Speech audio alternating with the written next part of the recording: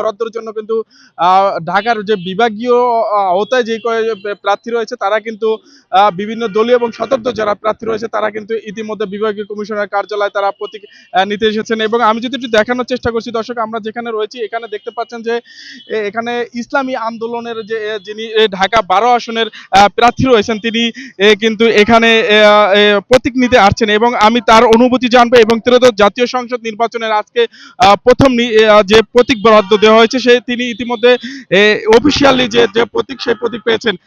আপনি তো ইসলামী আন্দোলনের প্রার্থী 12 আসনে আপনি নির্বাচন করছেন, আসলে আপনার অনুভূতি কি আজকে প্রথম প্রতীক পেয়েছেন? আলহামদুলিল্লাহ, পীর সাহেব চরমনায় মনোনীত প্রার্থী আমি হিসাবে ঢাকা 12 আসনের হাত পাখা প্রার্থী। আমি আজকে প্রতীক বরাদ্দ পেয়েছি এবং আমি আল্লাহর কাছে শুকরিয়া আদায় করছি। আমরা ঢাকা 12 আসনের যত জনগণ আছে সবার প্রত্যাশা পূরণে আমরা আপ্রাণ চেষ্টা করে যাব এবং বিশেষ করে সন্ত্রাস, চাঁদাবাজ, মাদক এগুলোর বিরুদ্ধে জিরো টলারেন্স নীতি আমরা গ্রহণ করব ইনশাআল্লাহ। ঢাকা যে 12 আসন রয়েছে সেই 12 আসনটা আসলে খুব গুরুত্বপূর্ণ একটি আসন। এই আসনে আপনি নির্বাচিত হতে পারলে 12 জানুয়ারি যে ফেব্রুয়ারি যে নির্বাচন হবে এই নির্বাচনে আপনি যে জয়ী হবেন, ইতিমধ্যে আপনি বিভিন্ন তৃণমূল পর্যায় থেকে 12 আসনে আপনি সাধারণ যারা মানুষ রয়েছে, ব্যবসায়ী যারা রয়েছে তাদের সাথে কথা বলেছেন। আসলে কেমন সাড়া পেয়েছেন? 12 তারিখে আপনি বিপুল ভোটে জয়ী হবেন এরকম আশাবাদী কতটুকু আপনি? আমার বিশ্বাস আল্লাহ পাকের ইচ্ছায় আমরা ঢাকা 12 আসনের পীর সাহেব মনোনীত যত ক্যান্ডিডেট আছে তাদের মধ্যে টপ ফেভারিটের মধ্যে এইখানের আসনটাও থাকবে ইনশাআল্লাহ। বিশ্বাস করি জনগণ আমাদের সাথে আছে এবং পীর সাহেব চরমনায় একটা জোটে ছিল, জোটে থাকা অবস্থায় একটা কন্ডিশন ছিল, এখন বের হওয়ার পরে আমরা দেখছি জনমত আরও বেশি পীর সাহেবের প্রতি বেড়ে গেছে। সিম্প্রীতি সবার দল মত নির্বিশেষে ঢাকা 12 আসনের জনগণ পীর সাহেবের প্রতিনিধিকে নির্বাচিত করবে এবং দেশ ও জনগণের খেদমত করার সুযোগ দিবেন ইনশাআল্লাহ। আপনি নির্বাচিত হলে সবচাইতে বেশি কাদেরকে নিয়ে কাজ করবেন? আমরা ঢাকা 12 আসনে মূলত যে 7টা ওয়ার্ড আছে এই ওয়ার্ডের মধ্যে যারা যোগ্য এবং মানে সৎ লোক থাকবে আমরা সবাইকে প্রত্যেকটা ওয়ার্ডের মধ্যে আমরা সবাইকে নিয়ে একজোটে কাজ করব। এমন না যে শুধু আমরা আমাদের দলীয় মানুষকে দিয়ে কাজ করব, সবাইকে নিয়ে আমরা একসাথে পথ চলবো ইনশাআল্লাহ। দেশ সবার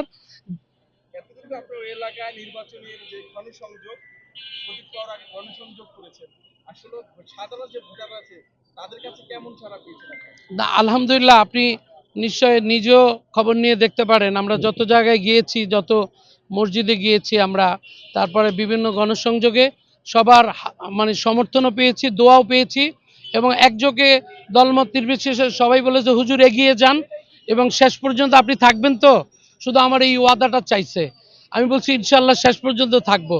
আজকে যখন আমরা মনোনয়ন পেয়ে গেছি আমার বিশ্বাস করি ঢাকা 12 আসনের জনগণের প্রত্যাশা পূরণে আমরা কাজ করব এবং যারা আমাকে সাপোর্ট করছে যে শেষ পর্যন্ত থাকবেন তাদের প্রত্যাশা আরও বেড়ে গেছে, উৎসাহ বেড়ে গেছে ইনশাআল্লাহ।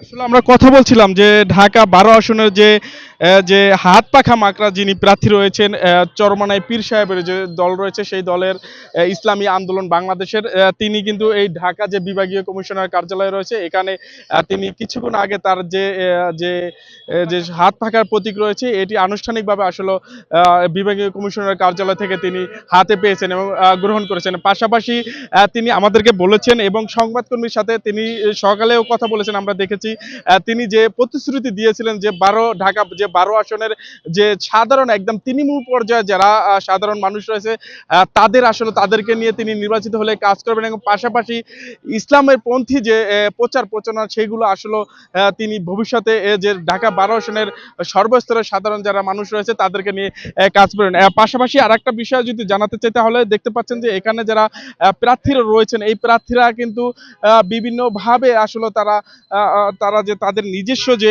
প্রচার প্রচারণা এটি আগামীকালকে আনুষ্ঠানিকভাবে শুরু করবেন এবং একটু কথা বলতে চাইবো যে এখানকার যে 12 আসনে যিনি প্রার্থীর যে সমর্থনে যিনি আসছেন এই প্রতীকের জন্য একটু কথা বলবো।